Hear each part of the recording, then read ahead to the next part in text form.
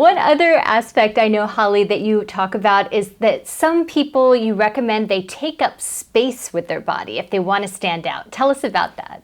Yes, if you want to stand out, you want to stand up. We know that leaders and confident people take up more space, both vertically and horizontally. And usually when I say this, this is when someone starts to sit up a little bit taller. Yeah, no, I just found myself sitting up more straight when you said that. We do a little self-check, right? But we know that confident people, they also claim their territory. So a confident person might walk into a room, they put a jacket on a chair, they have a book, they put it a few feet further. They might even go around the table and lean on it as they have a conversation with someone. It's natural that when we feel uncomfortable, we shrink a little bit. And compared to feeling beautiful and charismatic and confident, we tend to use wide open hand gestures. We stand taller. So if you want to stand out as a confident person, I recommend you stand up and take up more space. I'm sitting up taller. And I know. I can see already. Tell us now how the position of our feet factors in, because this is something I think most of us don't even think about.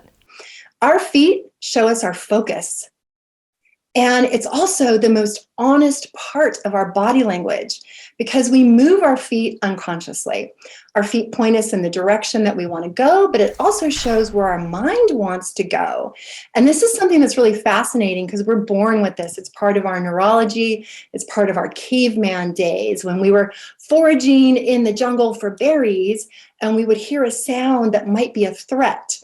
Our ear would tune into the sound, but our feet would point away from the berries. Maybe one foot needs to point in that I got to get away fast kind of position.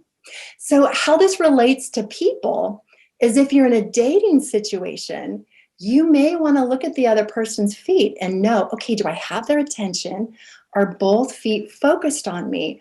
Versus if you see one foot pointing out, it actually means that either they want to get out of the conversation or something over there has their attention. So it's really nice to be able to say, you know, I noticed maybe something over there has your attention. Would you like to come back to this conversation? And no one ever does that. So that person will perceive you as being conscientious and kind and thoughtful. It's really powerful. So you're supposed to look everybody in the eye, so it's okay to also look at their feet, huh? A quick glance to the feet. Quickly, Yes. don't spend too much time there. They may think you're a little bit odd. So you have another tip for us. Holley, tell us how an unconscious hello can make people more attractive. Yes, this one's super fun. I love to play with the unconscious hello. Let me describe it first. Dr. Orden, the unconscious hello is an eyebrow flash. And in fact, I unconsciously just did it as you were talking about this. The eyebrow flash is a quick movement on the eyebrows. It's kind of like Joey from Friends, you know, like, hey, how you doing? Yeah. How you doing? You're good at this stuff. Wow. It's just like that.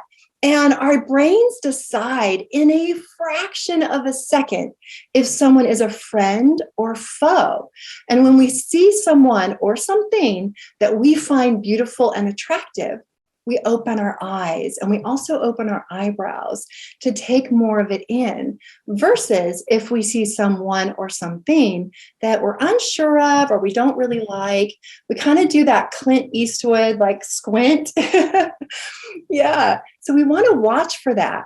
And I like to tell my clients to kind of turn on their charisma and then go into a grocery store, look people in the eye, not in a weird way, but, you know, in a friendly way, and count how many eyebrow flashes you get. If you get 5 to 10, man, you're on. And the cool thing is we can use this in today's relevant society where we really can only see sometimes just our eyes. So it's powerful. I love it. Those are such great tips, Holley. Thank you. Thank you for Body Language 101. Thank you for having me. You are a good teacher. Holley, thank you so much for coming today. It was my pleasure. Thank you to both of you. Thank you so much. Thank you so much for your expertise, Dr. Batra. See you soon.